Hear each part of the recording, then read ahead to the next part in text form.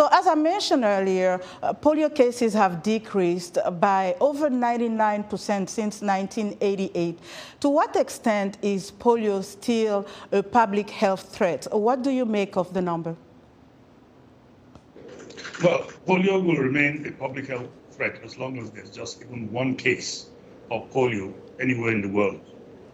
And until polio is eradicated from these two countries that you mentioned, Pakistan and Afghanistan, every part of the world is at risk because the poliovirus is only a plane ride away.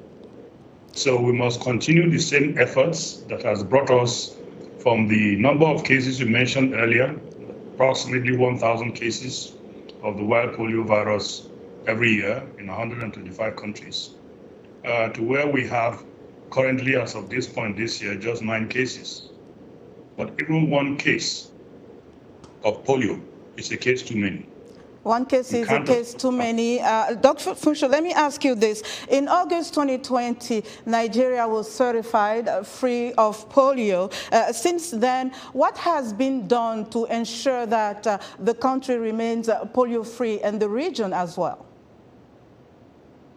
Well, we have continued as Rotarians in particular and Global Polio Eradication Initiative partners continue to advocate with governments not to take, their eyes off the ball.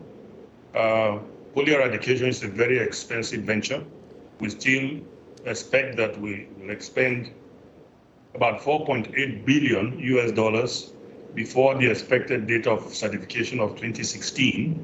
So we need funds and we need governments to continue their commitment, both financially and also in terms of giving the political will and the political leadership to ensure that all segments of the society all over Africa, particularly in Nigeria, that is one of the countries that has had quite a sizable number, of the polio variant that has been ravaging the northwestern part of the country.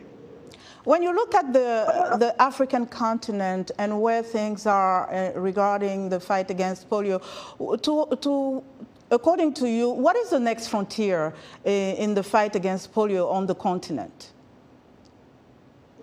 Well, the next frontier, as I mentioned, is countries and regions of those countries we call consequential geographies.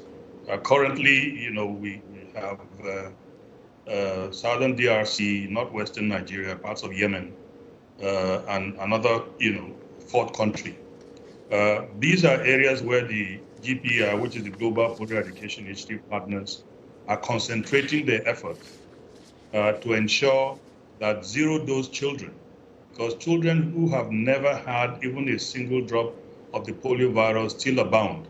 We have almost 20%, of them that we need to reach. We need to reach them wherever they may be.